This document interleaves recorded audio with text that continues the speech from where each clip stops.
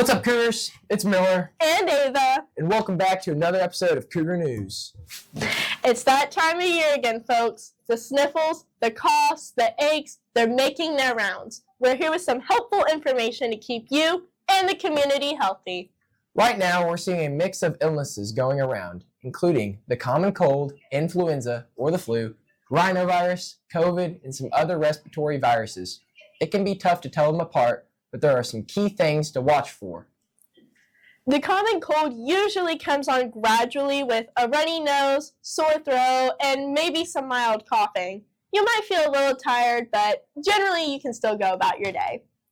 The flu often hits you hard and fast, thinking high fever, chills, body aches, fatigue, and a cough. The flu can knock you off your feet for several days. Other respiratory viruses can mimic either a cold or the flu, sometimes with additional symptoms like congestion, sneezing, or even some gastrointestinal upset. So, when should you stay home and when can you power through? Here are some guidelines. Stay home if you have a fever of 100.4 degrees Fahrenheit or higher, if you have a bad cough that's producing a lot of mucus or is making it hard to breathe, if you have severe body aches or chills, if you're vomiting or have diarrhea. Basically, if you feel really sick, just stay home and rest. Don't try to be a hero. You'll just spread germs and prolong your own illness. You should not return to school or work until you are fever-free for at least 24 hours. Okay to go out with precautions, or if you have a mild cold symptoms like a runny nose or a slight cough and you're fever-free, you can probably go to work or school. But please, please, please cover your coughs and sneezes with a tissue or your elbow. Wash your hands frequently with soap and water or use hand sanitizer. Avoid close contact with people who are already sick. And here are some general tips to stay healthy this season. Get your flu shot. It's not too late. The flu vaccine is the best way to protect yourself against the flu. Wash your hands frequently. This is the single most effective way to prevent the spread of germs. Get enough sleep. Rest is crucial for a strong immune system. Eat a healthy diet. Fuel your body with nutritious foods. Stay hydrated. Drink plenty of fluids. By taking these precautions, we can all help keep all of us healthy. If you're concerned about your symptoms, please contact your doctor. Stay well, everyone. Was that lightning? I think I heard thunder. It must be time for the weather. Partners, we're back for a wild ride this month, and we're looking at many highs and lows. We sure are, Braylon. This month is going to be full of record temps to storms and snow later this month. We could very well have 5 big storms this month with this Indiana weather. This month is full of many night phenomenons. Jupiter and Mars will rule the sky on February nights. You'll find them high overhead in the evening, together with the winter constellations of Orion, Taurus, and Gemini. That's right. Keep your heads up during the night sky this week, ladies and gentlemen.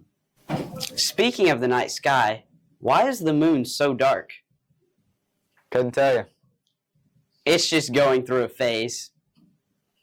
Well, let's get off to this fun week of weather. Friday, February 7th. Throughout the day, the sun is playing peekaboo through the clouds. Winds northeast 5 to 10 miles an hour. A few showers in the evening, becoming steady light rain overnight. High of 43, low around 37. Saturday, February 8th. Rain showers in the morning become steady light rain in the afternoon. Winds southwest at 10 to 20 miles per hour. Chance of rain 60% with a high of 58 and a low of 31.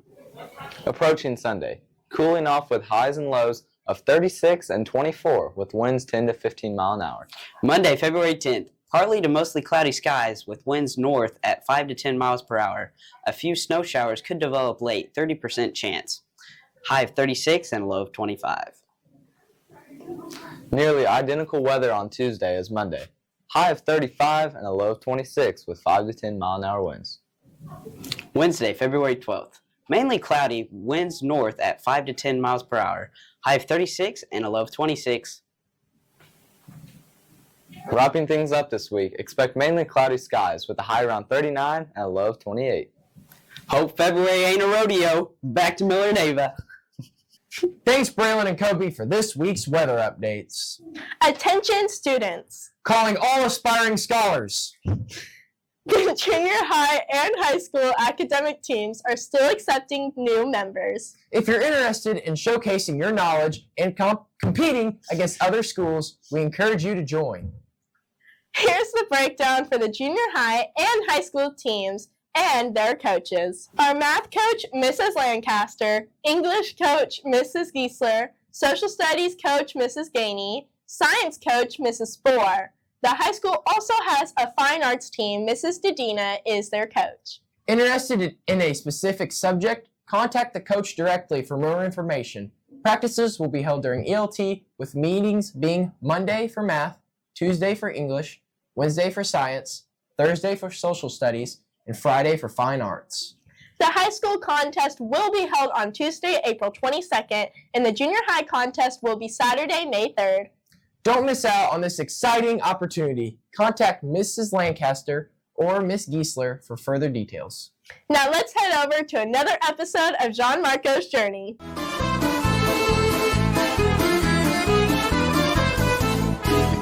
Hey guys, today is Super Bowl week. As you know, in Italy, football is completely different. It's what we call soccer here. And the point is kick the ball into the goal. But today we are going to ask people about soccer. I'm going to ask you some questions about football. Okay? Okay. How long is a soccer game?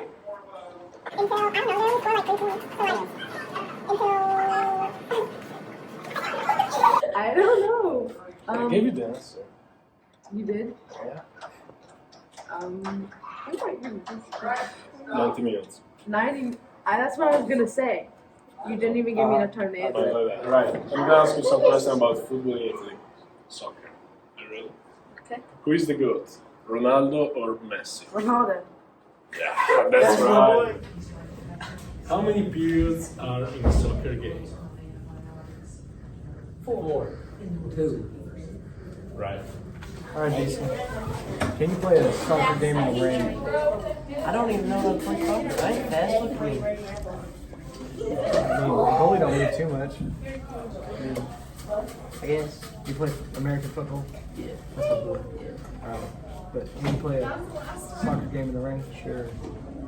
What's like the one condition? Ball has to be able to bounce. Thank you. We're going to ask you some questions about football in Italy that is called soccer. I know that.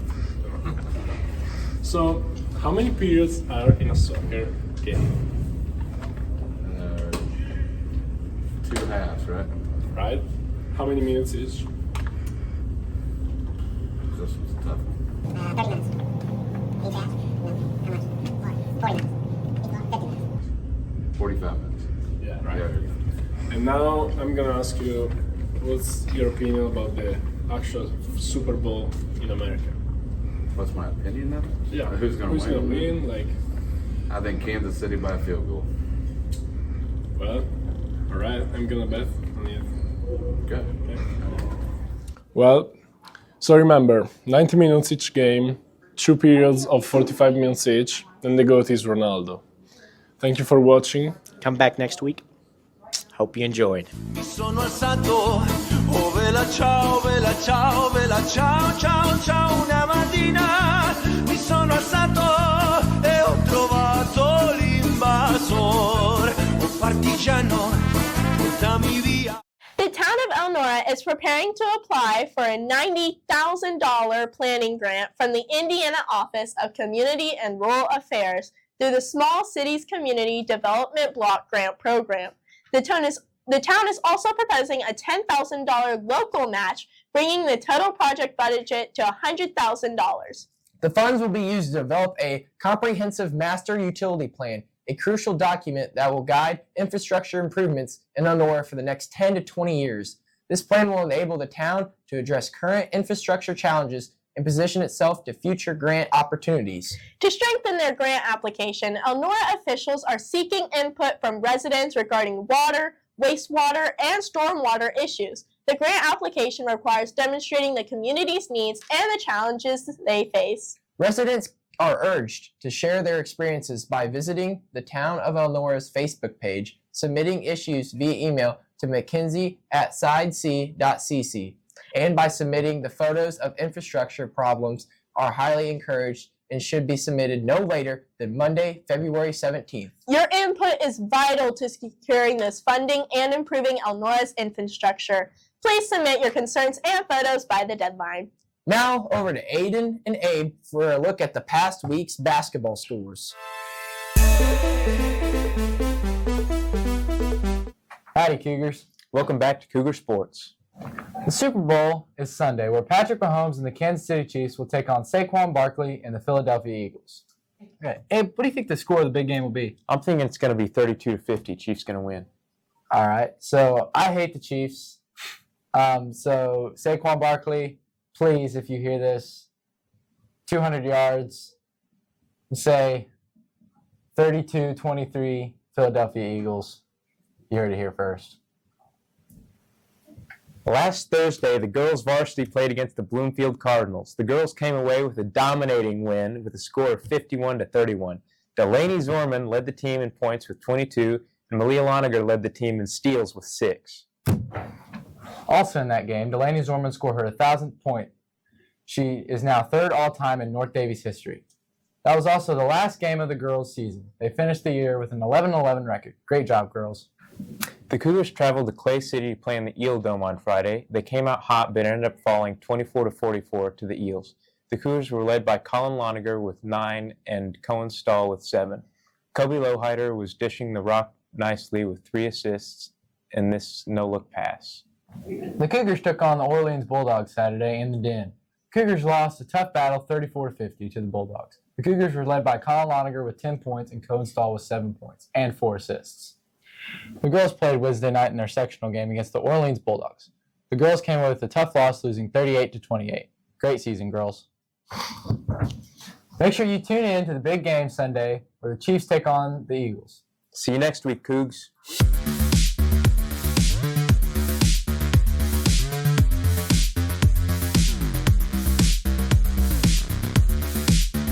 Welcome back, kids and coaches.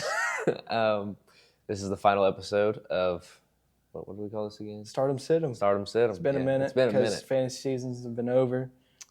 We got one more football game. So with this Sunday with the Super Bowl predictions, and I'm just going to. And we're gonna break this down from a fundamental standpoint, just like Ken Murphy. I'm just going to say this right now: Jalen Hurts, 2 rushing touchdowns. Saquon Barkley, at least 1. I think it's going to be a low-scoring game. I'm going to say probably 22-14. I'm going to say 22-14. They're going to go for that. They're going to go for that 2-point conversion. And for my realistic prediction, I'm taking the Eagles and a double overtime win over the Chiefs. The score is going to be 21-14, and Ray Lewis will get at least 4 fumbles on Patrick Mahomes. I'm pretty sure T.Y. Hilton is making an appearance for the Eagles as well. Kurt Signetti will coach the 3rd overtime for the Eagles because he's just a moose, and we're just going to be all like the Eagles clearly can't lose. They can't. It's the world against Patrick Mahomes right now. And Kendrick Lamar is going to stay out after the halftime show on the field and eventually run for. He's actually going to play quarterback for the Eagles. I heard. He threw the game-winning touchdown pass to T.Y. Hilton for the Eagles, and that is my super realistic prediction for Super Bowl 59.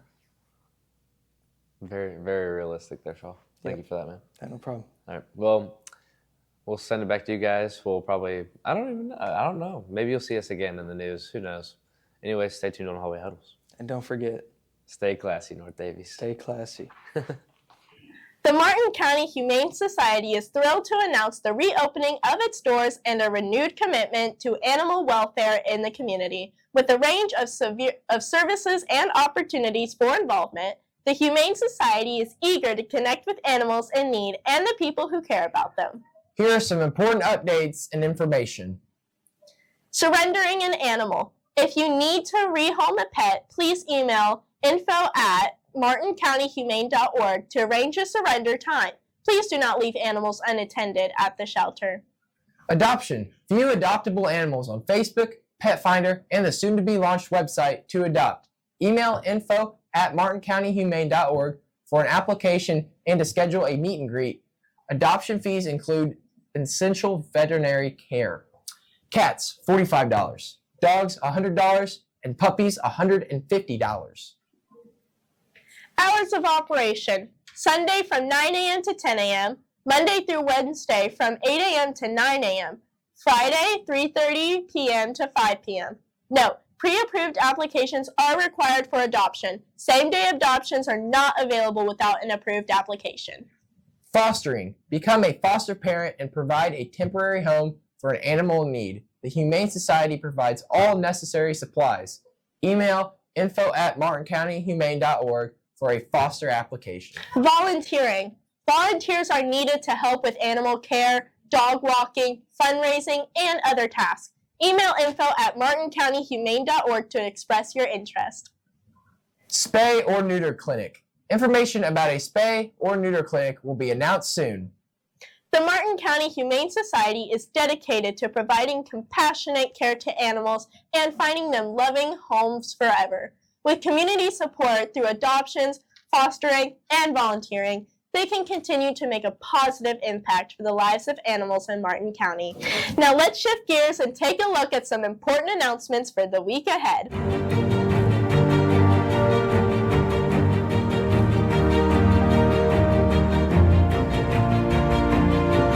Next week is Winter Homecoming. Let's show our school spirit by participating in Spirit Week. On Monday, we have Pajama Day. Tuesday, talk to your bestie and come up with an outfit for Twin Day. Wednesday, wear your camo. I know you have it. Thursday, throwback. And Friday, USA. Every day in ELT, students will get tickets for participating in the spirit dress that day. The tickets will be placed in a drawing for best seat in the house and pizza during the homecoming game. 2 winners will win the best seat in the house. Also, though, each day, 3 winners will be drawn for smaller prizes. The homecoming game will be Friday night on February the 14th against North Knox. The JV starts at 6 with varsity to follow, and the homecoming ceremony will be between games. That's all for today's episode of Cougar News. Thanks for tuning in. See you next week. And roll Cougs! Hey, I can't take it back. Look where I'm at. We was OG like DOC, remember that? My TOC was quite OD, ID my facts. Now POV are you and me, similar Iraq. I don't hate you, but I hate to critique, overrate you. These beats of a dark cart use bass lines to replace you. Take time and erase you. Love don't hear no more, no I don't fear no more, but yet respect ain't quite sincere no more.